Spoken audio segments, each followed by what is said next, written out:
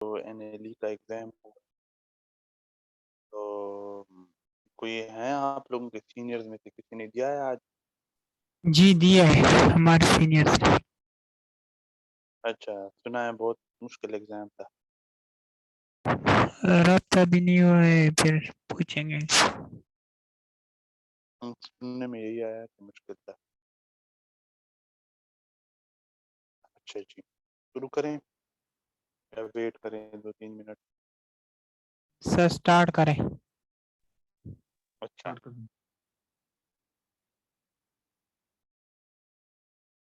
अच्छा, हम जो हैं क्लासिफिकेशन हमने नमूने पढ़ ली थी। उसमें हमारे पास जो कम्युनिटी एक्वायर्ड नमूनिया थे, जो कि मोस्ट कॉमन टाइप ऑफ नमूनिया थे, जो कैप, जो उम, इसके फिर दो सब टाइप की, टिपिकल और एटिपिकल। इसमें फिर आज हम टिपिकल नमूनिया को थोड़ा सा डिटेल में डिस्कस करेंगे।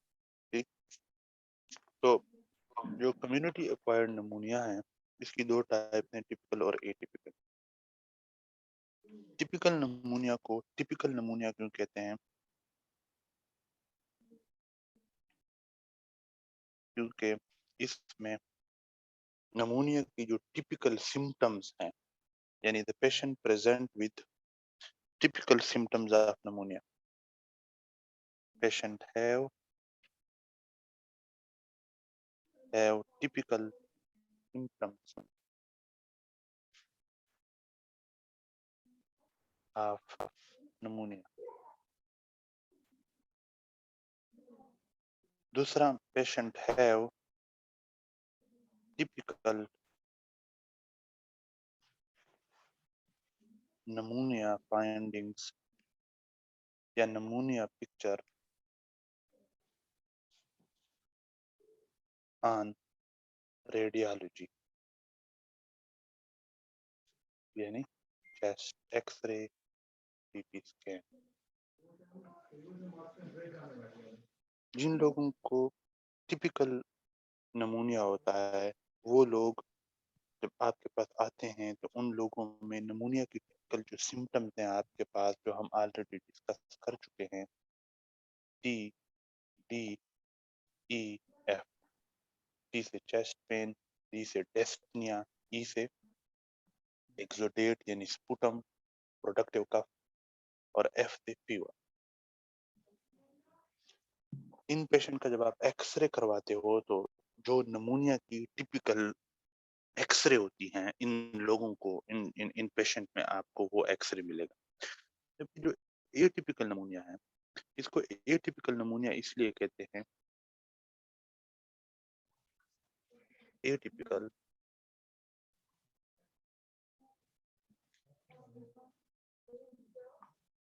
because the patient do not have because the patient do not have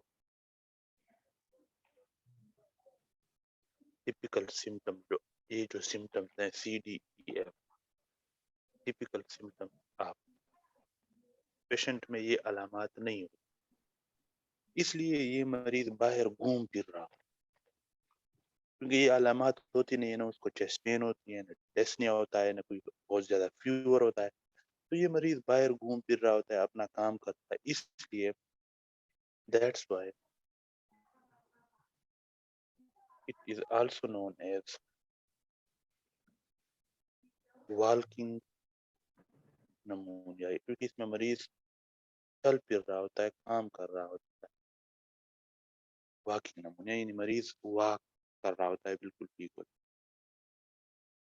है। एक तो पेशेंट में नमूनिया की जो टिपिकल अलामत है वो नहीं होती।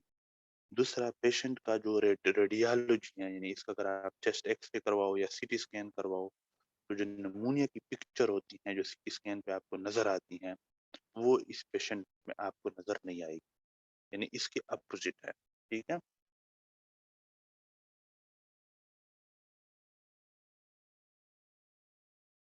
Patient do not have typical pneumonia picture.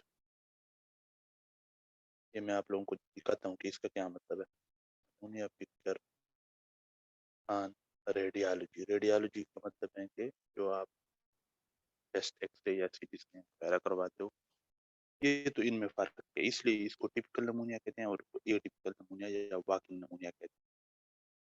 अब जो टिपिकल नमूनिया है, इसको लोबार नमूनिया भी कहते हैं, ठीक है? लोबार, लोबार नमूनिया इसको क्यों कहते हैं? क्योंकि इसमें मोस्ट ऑफ द टाइम या इट इन्वॉल्व्स, यानी जब टिपिकल नमूनिया होता है, तो अक्सर ये जो नमूनिया यानी इन्फ्लेमेशन है, ये पूरे के पूरे लोब को इन्वॉल्व करता है। It involves the entire lobe, इसलिए इसको लोबार नमूनिया भी कहते हैं। अब इसको हम थोड़ा-सा इस पे, ये जो lobar नमूनिया which is also known as typical pneumonia, इस पे हम थोड़ी-सी बात करते हैं। टिपिकल नमूनिया या लोबार नमूनिया। अब देखें, इसमें बेसिकली होता क्या है, मैं यहाँ पे एक डायग्राम ड्रा करूँगा और फिर उसी डायग्राम को जो है हम इसके उसमें हम फॉलो करेंगे।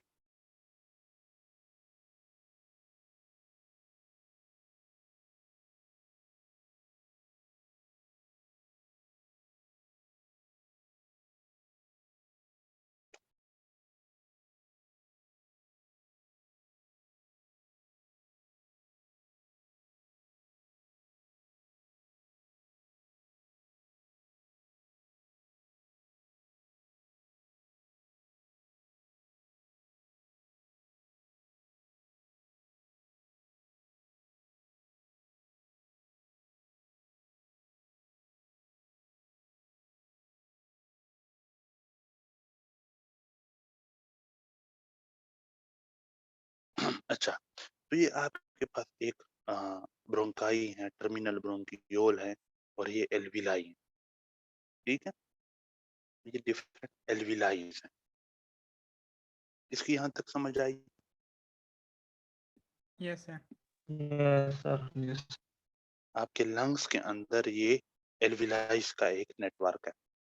अब ये जो लोबार नमूनिया जो जिसको टिपिकल नमूनिया भी कहते हैं, इसमें क्या प्रोग्रेशन, पैथोफिजियोलॉजी इसकी क्या है? पैथोफिजियोलॉजी इसकी कुछ इस तरह है कि इसको 4 स्टेजेस में डिवाइड किया हुआ है, स्टेजेस, ठीक है? तो मैं नीचे से यहाँ से शुरू करूँगा। पहली स्टेज हम यहाँ लिखेंगे, फिर दूसरी, फिर तीसरी, फिर चौथी। तो इसकी जो पहली स्टेज है, उसको हम कहते हैं कंजेशन।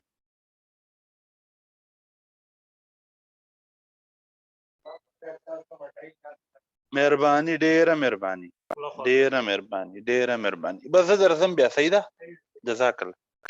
अच्छा, जो सबसे पहला स्टेज है, यानी जब किसी पेशेंट को, किसी बंदे को लोबार नमूनिया या जिसको टिपिकल नमूनिया भी कहते हैं, जब ये होता है, तो सबसे पहले क्या होता है, कंजेशन होती है।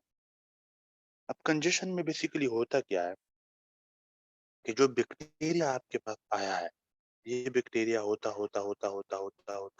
लेट्स सपोज यहाँ तक पहुँचता है।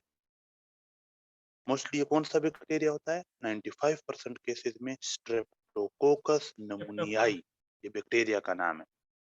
ये बैक्टीरिया आया इस बंदे ने, ये बंदा कम्युनिटी के अंदर था, अस्पताल में, इसमें स्कूल में था या कॉलेज में था, वहाँ पे किसी को निमोनिया था, तो वो उसकी खांसी, उसने खांसा, तो ये साथ बैठा हुआ था, तो जो उसके जो जरासीम थे वो इसके अंदर भी आ गए, इसके लंग्स के अंदर नोज में आ गए, नोज से होते होते लंग्स में आए और ये होते होते यहाँ पे एल्विलाई तक पहुंचे।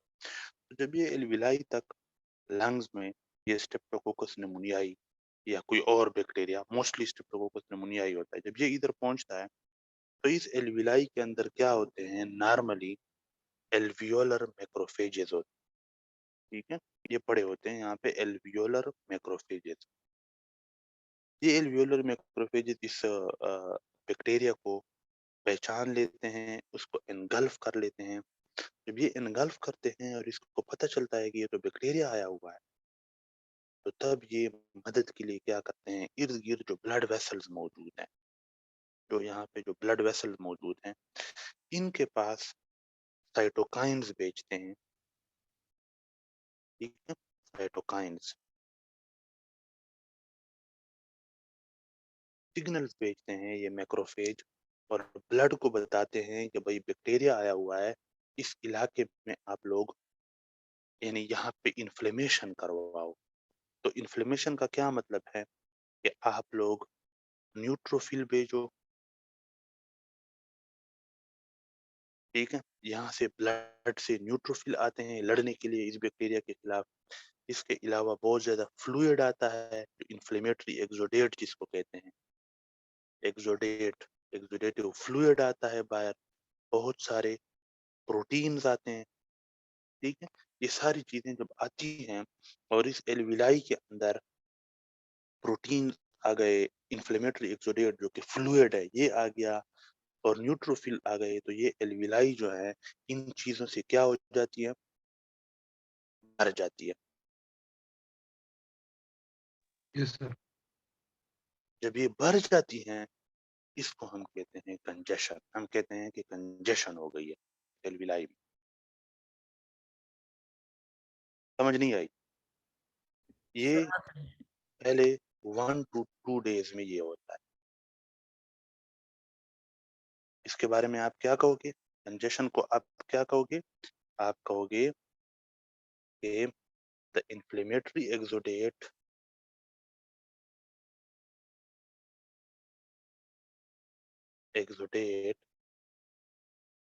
न्यूट्रोफिल्स,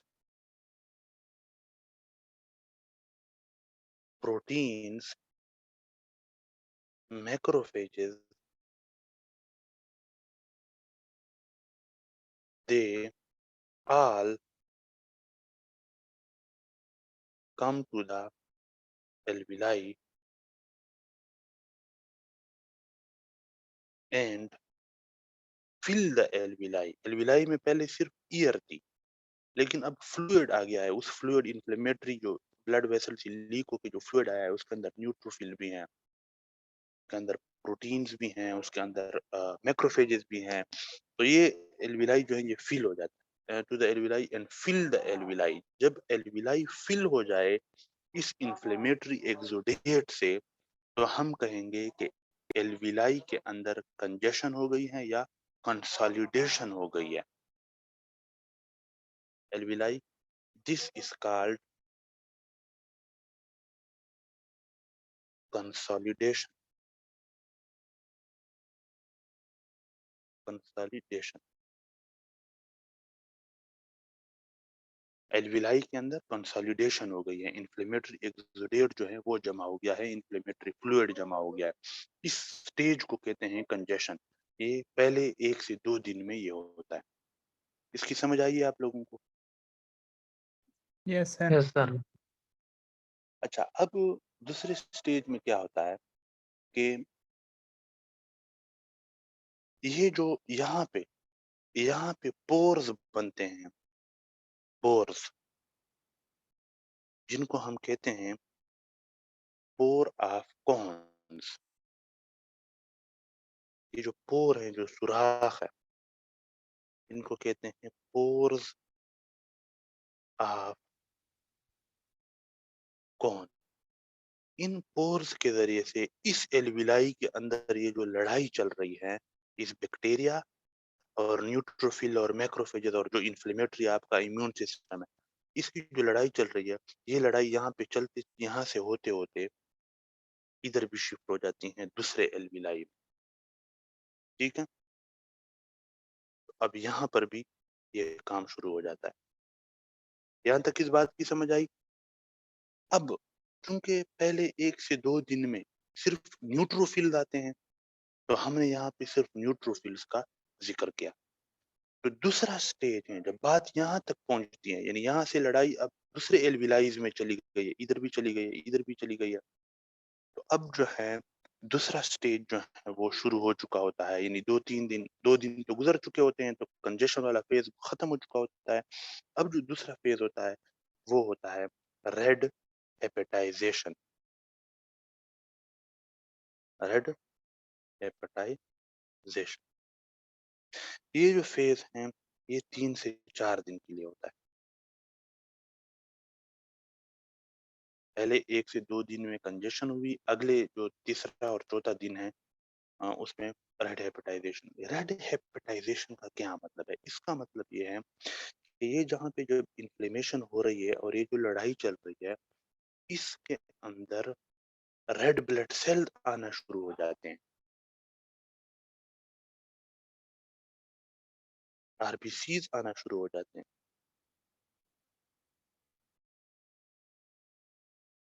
अब जो रेड ब्लड ये भी इन्हीं ब्लड वेसल से निकलते हैं। इन्हीं ब्लड वेसल से रेड ब्लड सेल निकलते हैं। ये रेड ब्लड सेल इधर भी आ रहे हैं, इधर भी आ रहे हैं।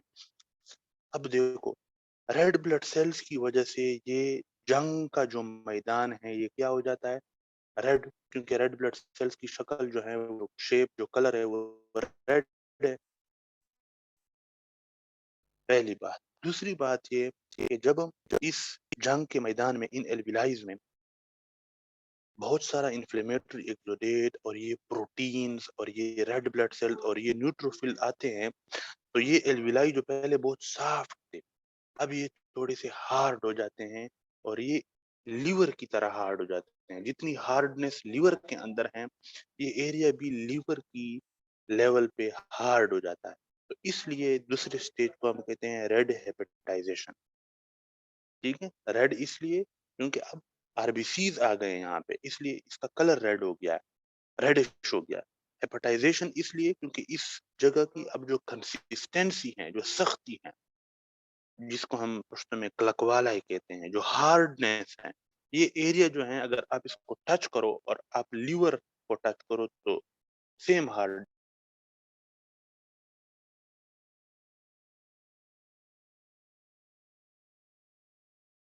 की समझ आ गई है कि इसको दूसरे स्टेज को रेड हेपेटाइजेशन क्यों कहते हैं। ठीक है? यानी हम कहेंगे कि ये जो लोब है, क्योंकि ये एल्विलाई, ये एक लोब की बात हो रही है। ठीक है? यानी अगर हम ये लेट सपोज एक लंग है और इसके अंदर लेट सपोज ये राइट लंग है, तो 3 लोब हैं। तो इस लोब के अंदर ये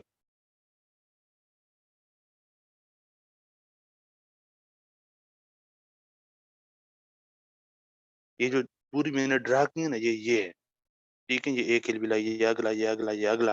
तो ये एक लोब के अंदर है। तो पूरे का पूरा लोब इन्वॉल्व हो जाता है। ठीक है? इसी तरह यहाँ पर भी। ठीक है? इसलिए इसको लोबार नमूनिया कहते हैं। तो जो पूरे का पूरा लोब है, ये क्या हो जाता है? रेड हो जाता है और इस लोब की जो कंसिस्टेंसी होती है, जो हार्डनेस है, वो लीवर की तरह हो जाती है, इसलिए इसको हम रेड हेपेटाइजेशन कहते हैं। ठीक है? यानी हम कहेंगे कि लोब, जिस लोब के अंदर ये नमूनिया हुआ है, ये वाला lobe, lobe become red due to RBCs, इसलिए रेड। और लोब बिकम फिरम, फिरम कहते हैं सख्त हो जाने को। लोब बिकम फर्म या फिरम, जो भी है, इंग्लिश मेरी वीक है आप लोगों की तरह। लोग become firm like liver. Liver के लिए मेडिकल में हेपेटिक का लफ्ज यूज होता है, तो इसलिए लीवर मतलब हेपेटाइजेशन, तो रेड हेपेटाइजेशन। ये चीज क्लियर हो गई है? Yes, sir. Yes sir. ठीक है। रेड ब्लड सेल्स की वजह से भी रेडनेस हो जाती हैं, और दूसरा जो है फाइब्रिन आते हैं, फाइब्रिन प्रोटीन, ये भी पिंक कलर के, रेड कलर के होते हैं, वो भी यहाँ पे आ जाते हैं। तो इसकी वजह से भी रेडनेस हो जाती है, और रेड ब्लड सेल्स की वजह से भी रेडनेस हो जाती है। ये आपकी थी रेड हेपेटाइजेशन। ठीक है? अब अम, अच्छा, ये लीवर की तरह इसकी हार्डनेस क्यों हो गई? लोब बिकम फिर्म या hard like liver due to consolidation. यानी जो जो फ्लूइड वगैरह यहाँ पे एल्विलाई में जमा हो गया है, और ये सारी चीजें जो जमा हो गई है, तो इसकी वजह से ये जगह थोड़ी सी सख्त हो गई है। इन कंसोलिडेशन की वजह से इसकी सख्ती जो है वो लीवर की तरह हो गई है, इसलिए हेपेटाइजेशन। और रेड रेड ब्लड सेल और फाइब्रिन की वजह से कलर रेड हो गया, इसलिए रेड हेपेटाइजेशन। ये दूसरा स्टेज था। अब तीसरे स्टेज में क्या होता है? तीसरे स्टेज में है ग्रे हेपेटाइजेशन। Grey hepatization. इसमें ये है कि देखो, हेपेटाइजेशन तो वही, क्योंकि इन्फ्लेमेटरी फ्लूइड यहाँ पे आया हुआ है, इन्फ्लेमेटरी एक्सोडेट आए हुए हैं, उसके अंदर बहुत सारे फाइब्रिन्स हैं, रेड ब्लड सेल्स हैं, प्रोटीन है, तो ये जगह थोड़ी सी सख्त हो गई है, जितनी सख्ती लीवर के अंदर है, इसलिए वही है पुराने वाला हेपेटाइजेशन। अब इसका कलर ग्रे हो जाता है। ग्रे इसलिए हो जाता है क्योंकि जो रेड ब्लड सेल आए हुए थे ना, ये रेड ब्लड सेल टूट जाते हैं।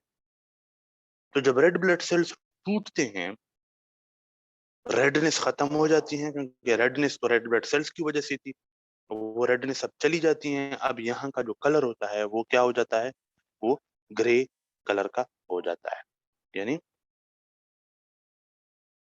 हम कहेंगे लोब्स, या लोब, अगर एक लोब इन्वॉल्व है, lobe become grey colour due to RBCs destruction.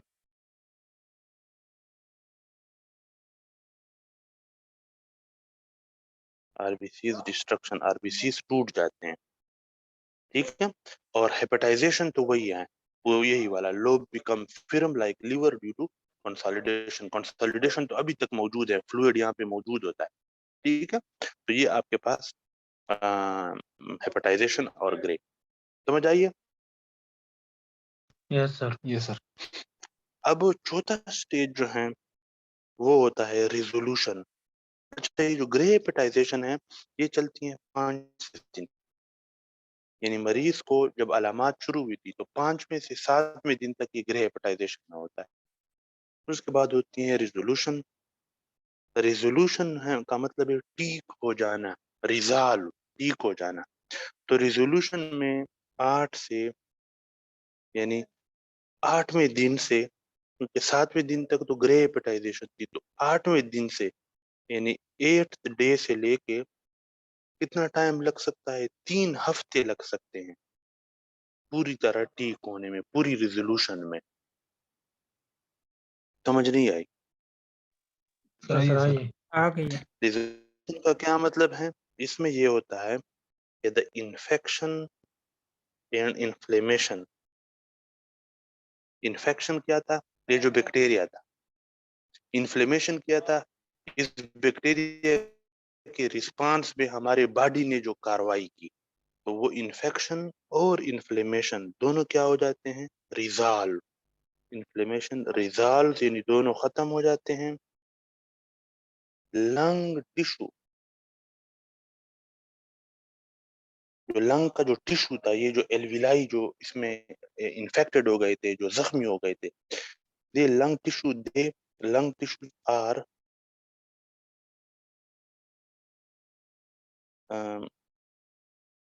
Lung tissue जो है वो दोबारा क्या हो जाते हैं, हील्ड, ठीक हो जाते हैं।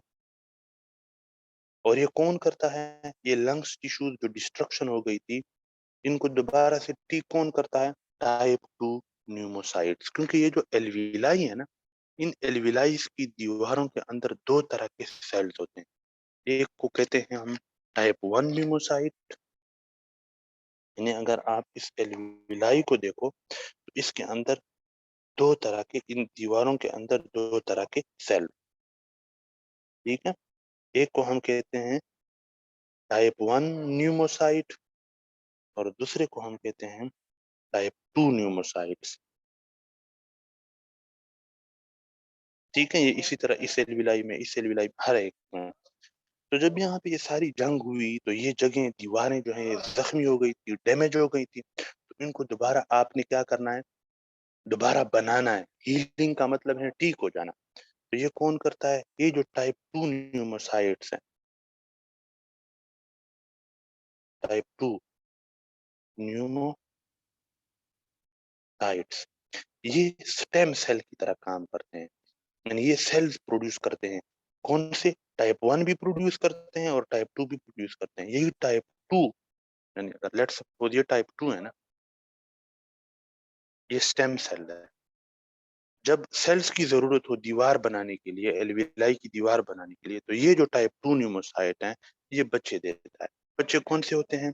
टाइप 2 बच्चे भी देता है, यानी अपनी तरह के, और टाइप 1 बच्चे भी देता है। तो दोनों तरह के सेल्स जो हैं वो दोबारा प्रोड्यूस हो जाते हैं, और एल्विलाई जो है जो डैमेज हो गई थी वो दोबारा बन जाती हैं, और जो टिश्यू लंग के जो एल्विलाई की जो दीवारें और जो टिश्यू जो डैमेज हो गई थी इस इन्फ्लेमेशन में, इस नमूनिया में, वो हील हो जाती हैं। सही है।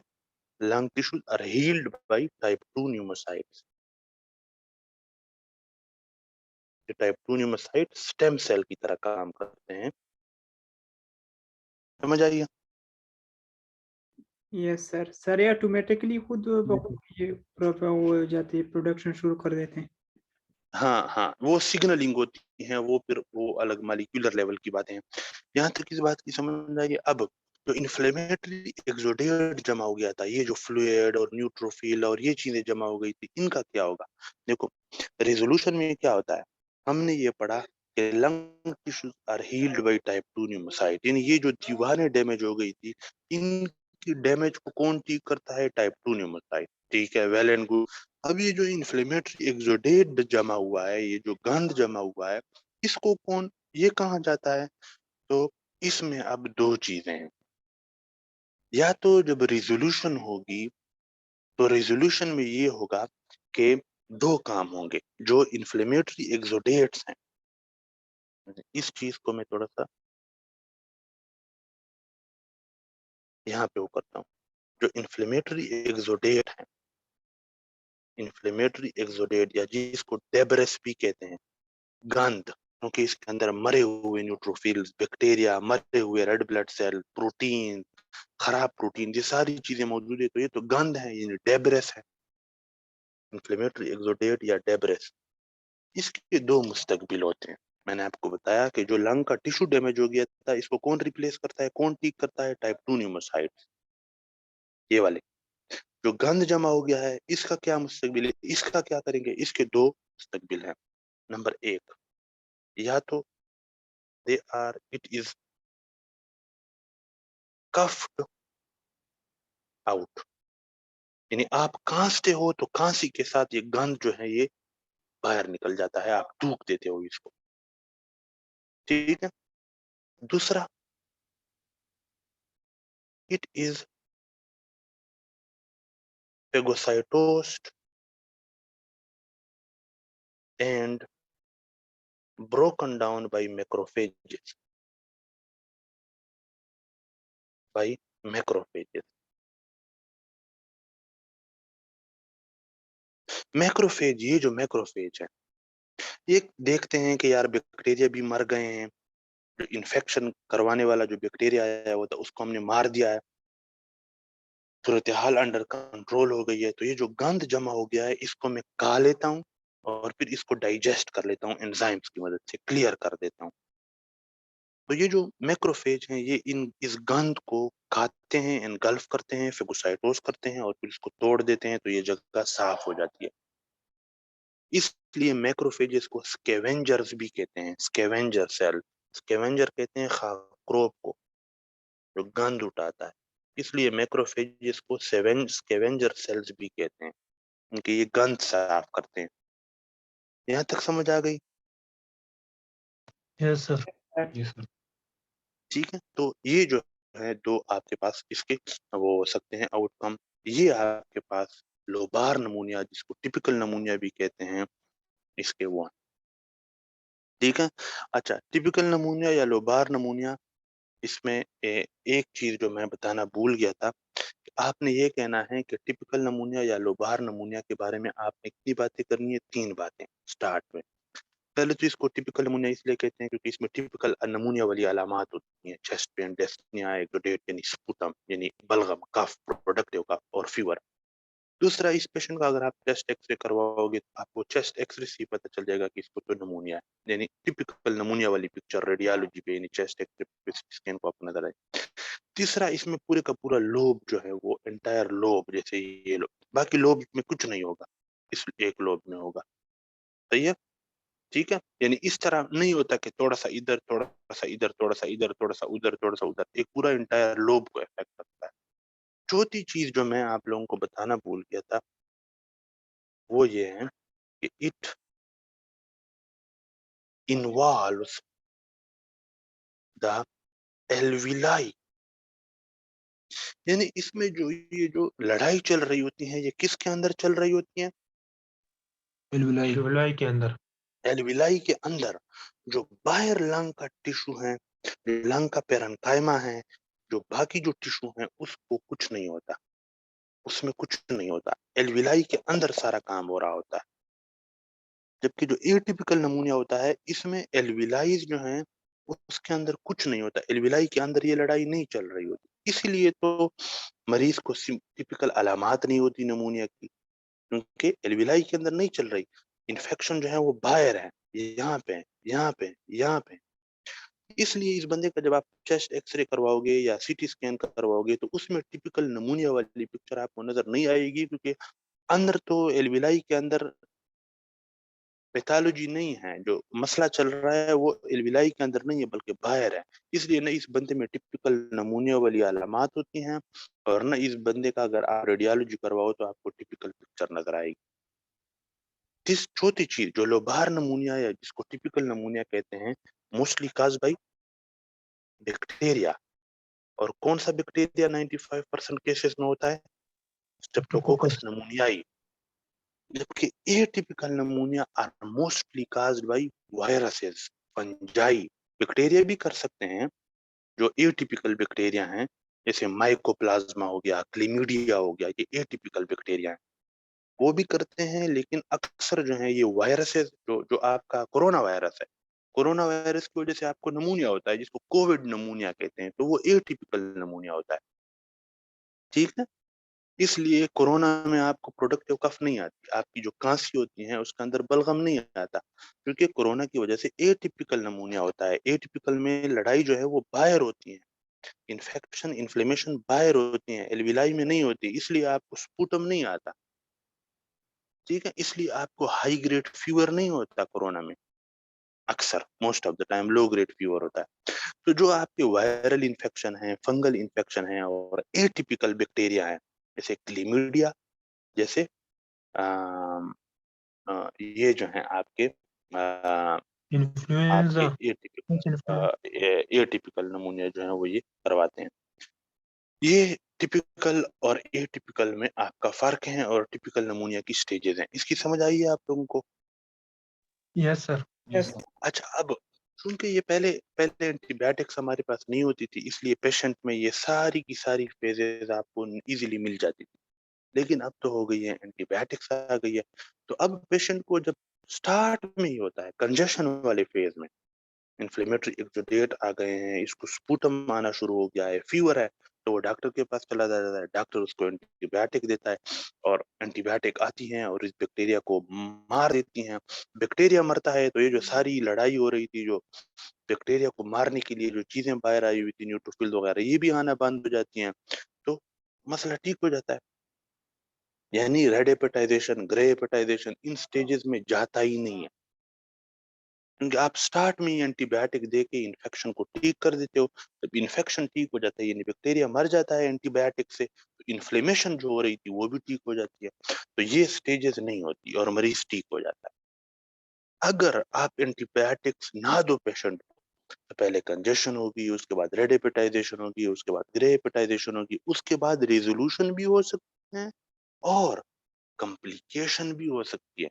यानी कुछ मरीज तो रिजॉल्व हो जाएंगे, ठीक हो जाएंगे, जिनका इम्यून सिस्टम मजबूत होगा, वो एंटीबायोटिक्स के बगैर भी लड़ाई जीत लेंगे, रेजोल्यूशन हो जाएगी, मसला ठीक हो जाएगा। लेकिन जिन लोगों का इम्यून सिस्टम वीक होगा, उनमें रेजोल्यूशन नहीं होगी, बल्कि रेजोल्यूशन की जगह पे क्या होगा? कॉम्प्लिकेशंस होंगी। क्या होंगी? कॉम्प्लिकेशन। तो 4 पे 5वां मैं नहीं लिखता, लेकिन इधर ए लिख देता हूँ कि अगर मतलब रिजोल्यूशन ना हो और आप पेशेंट को एंटीबायोटिक्स ना दो और पेशेंट का इन्फेक्शन जो निमोनिया है वो रिजॉल्व ना हो, तो क्या हो सकता है? कॉम्प्लिकेशंस हो कॉम्प्लिकेशन। सकते हैं। अब जो कॉम्प्लिकेशंस हैं वो मैं जरा यहाँ पे आप लोगों को बता देता हूँ। सर 1 मिनट रहते। कॉम्प्लिकेशंस में क्या हो सकता है? एब्सेस बन सकता है। दूसरा क्या हो सकता है? कैविटी बन सकती है, यानी कैविटेशन हो सकता है। तीसरा क्या हो सकता है? प्लूरल इफ्यूजन हो सकती है। चौथा क्या हो सकता है? एम्पा हो सकता है, या जिसको एम्पाइमा कहते हैं, ये हो सकता है। ठीक है, अब ये कैसे होगा मैं आपको नेक्स्ट क्लिप में जो है ये समझाता हूँ। मुझे नेक्स्ट लिंक भेजो, बस इसमें 2 मिनट की और बातें करते हैं, फिर इसको करते हैं। अब देखें, इसमें कॉम्प्लिकेशन हो सकती है। कॉम्प्लिकेशन में आपके पास एब्सेस, कैविटेशन, प्लूरल इफ्यूजन और एम्पाइमा। अब जो एब्सेस है, एब्सेस किस तरह बनेगा? देखो, ये इन्फ्लेमेशन चल रही है, ये जो बड़ा ट्री मैंने ड्रा किया, ये वाला ट्री है। इस लोब के अंदर राइट लंग है, इसका जो लोअर लोब है इसके अंदर ये यहाँ पे लेट्स सपोज ये सारी कार्रवाई चल रही है। ठीक है, अब अगर आप इस बंदे को एंटीबायोटिक्स ना दो और इसकी ट्रीटमेंट ना हो और इस बंदे का इम्यून सिस्टम वीक हो, तो ये इन्फेक्शन जो है ये कॉम्प्लिकेट हो, या कुछ खास बैक्टीरिया हैं जो बहुत ज्यादा चांस होता है एब्सेस के बनने का, जैसे क्लेप्सियला हो गया, स्ट्रेप्टोकोकस निमोनिया हो गया, डिफरेंट टाइप का और भी बैक्टीरिया। उसमें क्या होता है? एब्सेस किसे कहते हैं? Collection of pus and inflammatory exudates in a cavity. देखो, ये सारे यहाँ पे इन्फ्लेमेटरी एक्सोडेट आए हुए हैं ना, ये इन्फ्लेमेशन चल रही है, अंदर इन्फ्लेमेटरी एक्सोडेट है मौजूद है, ये सारा। तो होता क्या है कि अंदर जो है ये सारी चीज के इर्द गिर्द एक कैविटी बन जाएगी, और इस कैविटी के अंदर पस मौजूद होगा, ये इन्फ्लेमेटरी एक्सोडेट्स मौजूद होंगे, जिसको हम पस कहते हैं, जिसके अंदर मरे हुए न्यूट्रोफिल्स और ये सारी चीजें होती हैं, डेब्रेस होता है जो गंद है, तो एब्सेस बन जाएगा। समझ नहीं आई? इसके इर्द इनके इर्द गिर्द कैविटी बन जाती है, कैविटी के अंदर ये इन्फ्लेमेटरी एक्सोडेट और पस जो है ये फंस जाता है, इसको हम एब्सेस कहते हैं। एब्सेस बन सकता है। दूसरी सिर्फ सिंपल कैविटेशन हो सकती है, यानी इन्फ्लेमेशन चल रही है, लेट्स सपोज ये यहाँ पे इन्फ्लेमेशन चल रही है और अंदर जो है वो कैविटीज बन गई, छोटी छोटी कैविटीज बन गई। तीसरा प्लूरल इफ्यूजन। देखो, इस लंग्स के इर्द गिर्द क्या होते हैं? ये विसरल विसरल प्लूरा पेराइटल। है, ठीक है, और ये पेराइटल प्लूरा है। और विसरल और पेराइटल प्लूरा के दरमियान में ये जो स्पेस है इसको प्लूरल स्पेस कहते हैं, या प्लूरल कैविटी कहते हैं। कभी कभी इस तरह होता है कि ये जो लड़ाई यहाँ पे चल रही होती है, ये लड़ाई यहाँ से होके स्प्रेड होके, सॉरी सॉरी सॉरी, जो इन्फ्लेमेटरी एक्सोडेट हैं, जो यहाँ पे इन्फ्लेमेटरी एक्सोडेट जमा है, ये जो मवाद आया हुआ है, ये यहाँ से लीक होके निकल के प्लूरल कैविटी में भी आ जाता है। तो प्लूरल कैविटी के अंदर इन्फ्लेमेटरी एक्सोडेट आ गया, यानी फ्लूइड आ गया। तो जो प्लूरल कैविटी के अंदर फ्लूइड आता है, इसको हम प्लूरल इफ्यूजन कहते हैं। तीसरी चीज क्या हो सकती है कि यही जो इन्फेक्शन था, जो इन्फ्लेमेशन चल रही थी, इसके अंदर ये जो पस था, ये पस यहाँ से होके, ये जो इन्फेक्शन है और ये सारा प्रोसेस यहाँ से ट्रांसफर होके इस प्लूरल कैविटी में आ जाए, और प्लूरल कैविटी के अंदर पस आ जाए, तो इसको हम कहते हैं एम्पाइमा। एम्पाइमा किस कहते हैं? पस in the pleural cavity. Pleural effusion किसे कहते हैं? Fluid in the pleural cavity.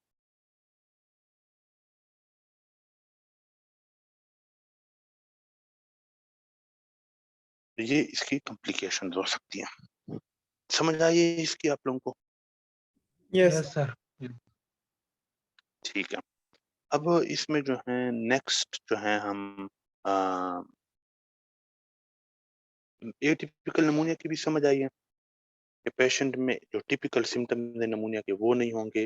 Radiology पे यानी चेस्ट एक्सरे सीटी स्कैन पे जो टिपिकल नमूनिया वाली पिक्चर होती है वो आपको नजर नहीं आएगी। तीसरी चीज, चौथी चीज जो है वो क्या होता है कि मोस्टली ये किसकी वजह से होता है? मोस्टली किसकी वजह से होता है? वायरल और फंगल इन्फेक्शन की वजह से, लेकिन एटिपिकल बैक्टीरिया की वजह से भी हो सकता है।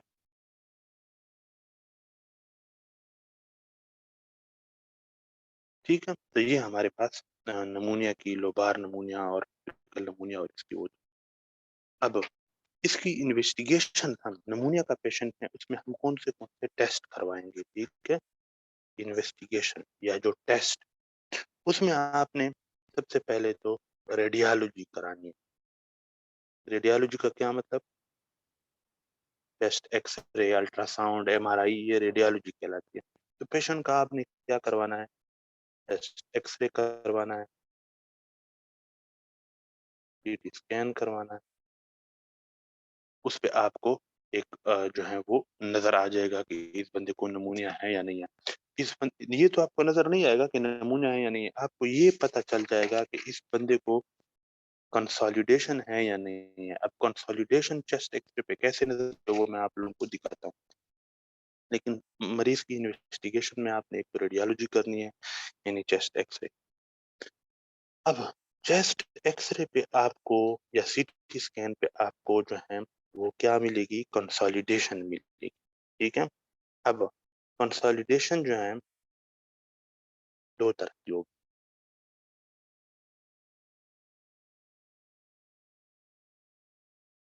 एक होगी पैची, पैची कंसोलिडेशन, और दूसरी होगी लोबार कंसोलिडेशन। तो अगर आपको याद हो, हमने क्या पढ़ा था कि नमूनिया की हमारे पास ब्रोंको नमूनिया था, लोबार नमूनिया था जिसको हम टिपिकल नमूनिया कहते थे, और इंटरस्टिशियल नमूनिया था। तो जब आप चेस्ट एक्सरे करवाओगे तो इंटरस्टिशियल नमूनिया जो है, चेस्ट एक्सरे में आपको कोई फाइंडिंग नजर आएगी, कोई खास फाइंडिंग, कोई कंसोलिडेशन होगी, नहीं होगी, ठीक है, यानी नो कंसोलिडेशन। तो आपके पास तीन तरह के नमूनिया हैं। तो जो ब्रोंको नमूनिया होगा, इसमें जो कंसोलिडेशन चेस्ट एक्सरे में होगी वो पैची होगी। ब्रोंको, जो लोबार नमूनिया है, इसमें जो कंसोलिडेशन होगी वो लोबार कंसोलिडेशन होगी।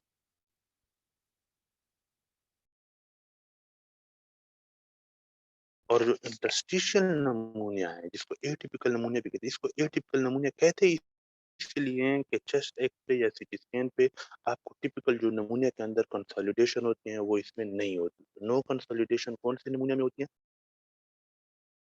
लोबार, लोबार नमूनिया, और ये एटिपिकल।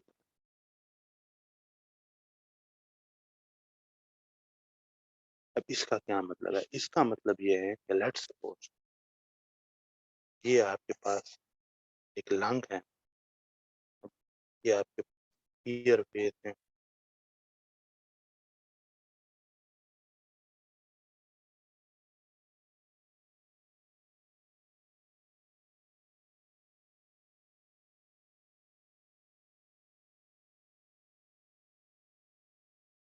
जो ब्रोंको नमूनिया है इसमें हमने पढ़ा था कि इसमें क्या इन्वॉल्व होते हैं, ये जो आपके टर्मिनल ब्रोंक्यूल्स, इनके अंदर इन्फ्लेमेशन होती है, इनके अंदर इन्फ्लेमेटरी एक्सोडेट जमा होगा।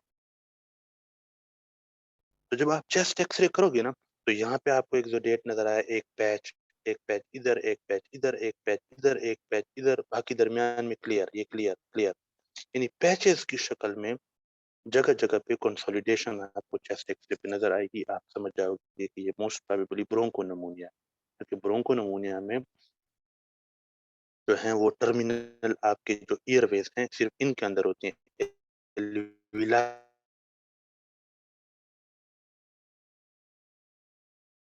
ठीक है। तो पैचेस की शक्ल में आपको कंसोलिडेशन नजर आएगी। जो लोबार नमूनिया है इसमें पूरे का पूरा लोब जो है वो कंसोलिडेट हो जाता है, जैसे मिसाल के तौर पर अब ये लोअर लोब है, लेट्स सपोज,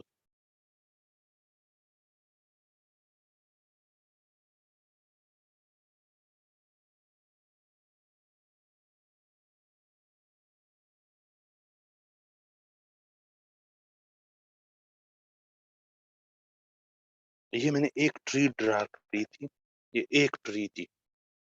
ये इसी तरह एक ये है, एक ये है, एक ये है, एक ये है। जैसे मैंने आपको बताया कि इन पोर ऑफ कोन जो हैं, इनके ज़रिए से ये जो इन्फ्लेमेशन है ये इन एल्विलाइज़ में फैलती है।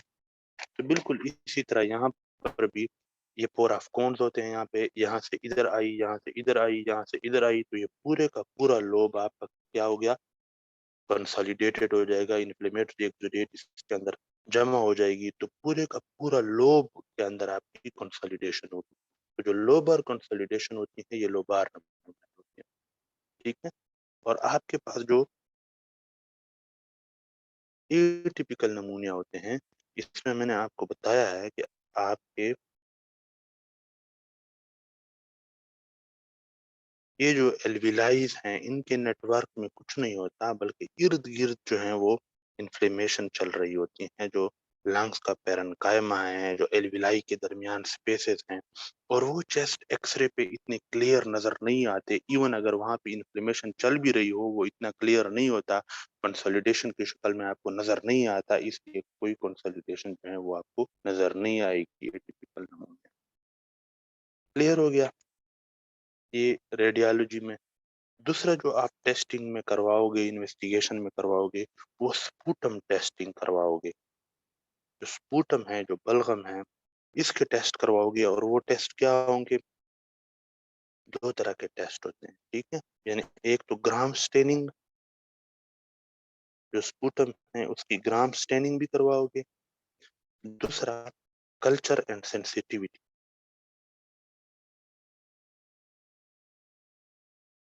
देखो, कुछ बैक्टीरिया ऐसे होते हैं जिनको आप कल्चर नहीं कर सकते। तो कल्चर एंड सेंसिटिविटी के ज़रिए से उनका पता नहीं चलता, क्योंकि वो कल्चर होते ही नहीं है। तो उनका पता ग्राम स्टेनिंग से चलता है। मिसाल के तौर पर ये एक बैक्टीरिया है, ये दूसरा बैक्टीरिया है, ये तीसरा बैक्टीरिया है। ये स्पुटम के अंदर लेट्स सपोज़ इनमें से कोई एक मौजूद है, और मैं कल्चर करता हूँ, ग्रो करता हूँ, खुराक डालता हूँ कि इनमें से जो कोई बैक्टीरिया होगा, वो ग्रो कर जाए, वो बच्चे दे, ताकि मुझे नज़र आ जाए, इनकी पॉपुलेशन ज़्यादा हो जाए, ताकि माइक्रोस्कोप के नीचे मुझे नज़र आ जाए कि अच्छा ये बैक्टीरिया है या ये है। तो ये लोग करते नहीं है, कुछ बैक्टीरिया है जो कल्चर नहीं होते। अगर आप उनको कल्चर में रखो तो आपको कोई रिजल्ट नहीं मिलेगा। आपको ये रिजल्ट आएगा कि नो ग्रोथ ऑब्टेन्ड, यानी कोई बैक्टीरिया ग्रो नहीं हुआ, लेकिन बंदे को तो इन्फेक्शन है। तो आप ग्राम स्टेनिंग भी करोगे। ग्राम स्टेनिंग एक टेक्नीक है जिसमें लेट्स सपोज़ ये स्पुटम है, इस स्पुटम के ऊपर आप कुछ स्टेन जो है वो डालते हो। तो कुछ बैक्टीरिया है वो ख़ास कलर के, जो लेट्स सपोज़ ये एक बैक्टीरिया है, ठीक है? ये एक बैक्टीरिया है। ये इस स्पुटम के अंदर मौजूद, ये स्पुटम। अब स्पुटम के अंदर ये बैक्टीरिया मौजूद है, लेकिन मुझे नज़र नहीं आ रहा माइक्रोस्कोप के नीचे। जब मैं इसके ऊपर स्टेन डालता हूँ, ठीक है? लेट्स सपोज़ मैंने इसके ऊपर ये एक स्टेन डाला, तो ये जो स्टेन है ये सिर्फ़ इस बैक्टीरिया के साथ चिपक सकता है, बाकी और किसी चीज़ के साथ नहीं। ऊपर डालूँगा, अगर इस स्पुटम के अंदर ये बैक्टीरिया मौजूद हुआ, यानी इस बैक्टीरिया को के ऊपर जो स्टेन चिपकता है वो लेट्स सपोज़ इस कलर का है। अगर इस स्पुटम के अंदर ये वाला बैक्टीरिया मौजूद होगा और मैं इसके ऊपर ये स्टेन डालूँगा, तो ये स्टेन जो है वो देखो इस बैक्टीरिया के साथ चिपक जाएगी, और मुझे नज़र आ जाएगा कि इसके अंदर तो बैक्टीरिया छुपा हुआ है। तो ग्राम स्टेनिंग से भी आप पता चलाओगे, और कल्चर एंड सेंसिटिविटी भी करोगे स्पुटम। समझ आई है इसकी? Yes sir. तीसरी चीज़ जो है वो सीबीसी करवाओगे। सीबीसी में आप देखोगे कि इस बंदे के जो डब्ल्यूबीसीज़ हैं, व्हाइट ब्लड सेल, जिसको हम टीएलसी भी कहते हैं, ये इस पेशेंट की या जो है ज़्यादा होगी, या टीएलसी कम होगी। ज़्यादा कब होगी? ज़्यादा मोस्टली तब होगी जब ये इन्फेक्शन चल रहा होगा, ये इन्फ्लेमेशन चल रही होगी, और ज़्यादा न्यूट्रोफिल इधर निकलेंगे, तो हमारा जिस्म ज़्यादा न्यूट्रोफिल बनाएगा कि ब्लड में ज़्यादा न्यूट्रोफिल्स आएँ, ताकि ये न्यूट्रोफिल बाहर जाके ये लड़ाई लड़ सकें। तो इसलिए जब आप ब्लड के अंदर टेस्ट सीबीसी करोगे तो ब्लड में जो न्यूट्रोफिल जो कि व्हाइट ब्लड सेल है, व्हाइट ब्लड सेल आपको क्या नजर आएंगे? ज्यादा। ज्यादा। ये कम भी हो सकते हैं। मिसाल के तौर पर आपके इम्यून सिस्टम ने, आपके ब्लड ने इतने ज्यादा जो है कोशिश कर लिया है, बहुत ज्यादा व्हाइट ब्लड सेल बनाने की इन्होंने कोशिश कर ली है, लेकिन अब वो व्हाइट ब्लड सेल बनाने की जो ताकत है, जो हिम्मत है, जो उनके पास राशन था व्हाइट ब्लड सेल बनाने का, वो कम हो गया है। इसलिए अब मजीद व्हाइट ब्लड सेल नहीं बन रहे। इसलिए व्हाइट ब्लड सेल बन नहीं रहे नए नए, लेकिन निकल रहे हैं न्यूट्रोफिल की शक्ल में। तो व्हाइट ब्लड सेल इस ब्लड के अंदर क्या हो सकते हैं? कम। कम हो सकते कम हो सकते हैं। दोनों सूरतों में, यानी अगर व्हाइट ब्लड सेल ज्यादा है या व्हाइट ब्लड सेल लो है, तो इससे आपको पता चलेगा कि ये इन्फेक्शन, ये नमूनिया कितना सीवियर है, कितना सख्त है। ठीक है, यहाँ तक क्लियर हो गई ये बात। हैं सर। अब व्हाइट ब्लड सेल न्यूट्रोफिल भी आते हैं और लिम्फोसाइट्स भी आते हैं। तो अगर व्हाइट ब्लड सेल यानी टोटल टोटल जो ल्यूकोसाइट काउंट है, जो व्हाइट ब्लड सेल है, इसमें अगर न्यूट्रोफिल ज्यादा हो, इसका मतलब ये नमूनिया किस वजह से हुआ है? बैक्टीरिया की वजह से। बैक्टीरियल नमूनिया है ये, बैक्टीरियल इन्फेक्शन। क्योंकि बैक्टीरिया के खिलाफ कौन लड़ाई लड़ता है? न्यूट्रोफिल्स। और अगर लिम्फोसाइट ज्यादा, यानी व्हाइट ब्लड सेल्स तो दो तरह के हैं ना, न्यूट्रोफिल्स और लिम्फोसाइट। अगर व्हाइट ब्लड सेल ज्यादा हैं तो अब आपने देखना है कि कौन से व्हाइट ब्लड सेल ज्यादा है, न्यूट्रोफिल ज्यादा है या लिम्फोसाइट। अगर न्यूट्रोफिल ज्यादा है तो इसका मतलब ये बैक्टीरियल इन्फेक्शन है, ये नमूनिया बैक्टीरिया की वजह से हुआ था। और अगर लिम्फोसाइट ज्यादा है तो या तो ये मोस्ट प्रोबेबली वायरल इन्फेक्शन है। ठीक है। Yes sir. Yes sir. Yes. अच्छा, उसके बाद आप सीबीसी करोगे और अगर आपको पता चले कि इस बंदे को हिमोलिटिक एनीमिया है, हिमोलिटिक एनीमिया यानी आपने इस बंदे की सीबीसी की जिसको नमूनिया हुआ है, और आपको पता चला कि ओहो, मैंने जब इसकी सीबीसी की तो इसकी तो एचबीवी कम है, यानी एनीमिया है। अच्छा, एनीमिया कौन से वाला एनीमिया है? हिमोलिटिक एनीमिया है, यानी इसकी एचबी इसलिए कम है क्योंकि इसके ब्लड के अंदर रेड ब्लड सेल्स टूट रहे हैं। तो जब रेड ब्लड सेल टूट रहे हैं तो रेड ब्लड सेल के अंदर तो हीमोग्लोबिन है, हीमोग्लोबिन टूट रहा है, इसलिए हीमोग्लोबिन कम है।